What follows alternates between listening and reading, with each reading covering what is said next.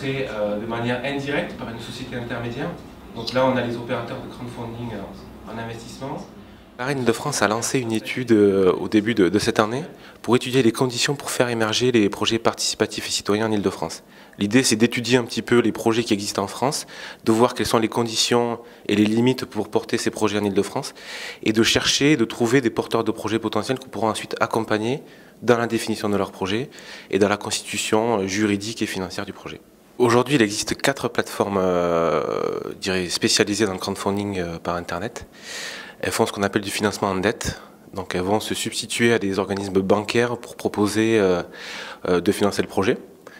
Nous, on travaille principalement avec Lumo, qui finance plutôt des projets photovoltaïques en partenariat avec des collectivités. Et voilà, les citoyens vont sur la plateforme, prennent des parts dans le projet et ces parts sont investies en lieu et place d'un organisme bancaire. Aujourd'hui, on a travaillé sur un atelier sur le crowdfunding et les projets européens.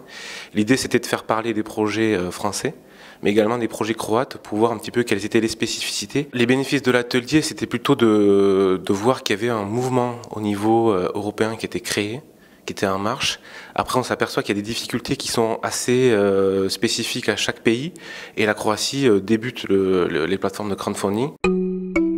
La loi sur la transition énergétique favorise le développement de ce type de projet pour plusieurs motifs. Premièrement, dans les objectifs qui sont portés pour 2030, on a la nécessité d'avoir un foisonnement de projets et d'avoir de nouveaux porteurs de projets, et notamment les collectivités. Et ensuite, il y a des articles spécifiques pour développer les plateformes de crowdfunding et les outils de développement participatif et citoyen.